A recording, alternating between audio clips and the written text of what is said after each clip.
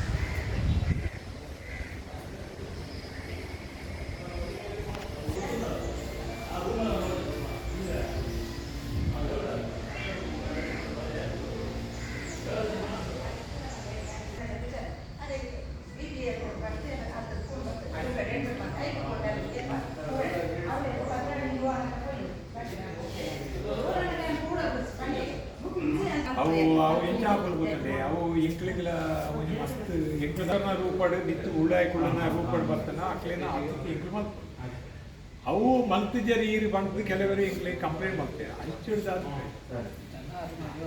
ಟ್ರಸ್ಟಿನ ಅಕ್ಲನ ಒಂದು ಜವಾಬ್ದಾರಿ ಕೈಕಾದ ಅಕ್ಲೆ ಮಾಡಿಸ್ಕೊಡ್ತಾರೆ ಎಂಕ್ಲೆ ಗೊತ್ತಾನೆ ಅತಿ ನೆಡ್ಡೆಡ್ ತೂಪ ಅಕ್ಲಿಗೆ ಎಂಕ್ಲು ಮುಲ್ಪ ಮರ್ಯಾದೆ ಮಾಡುವ ಭಟ್ರ ಮರ್ಯಾದೆ ಮಾಡ್ತಾರೆ ಪ್ರಸಾದ ಕೊಡ್ತಾರೆ ಅತಿಥಿ ಮಾಡ್ತಾರೆ ದೇವರ ರೂಪಡ್ ಅಕ್ಲೆ ತೂಪ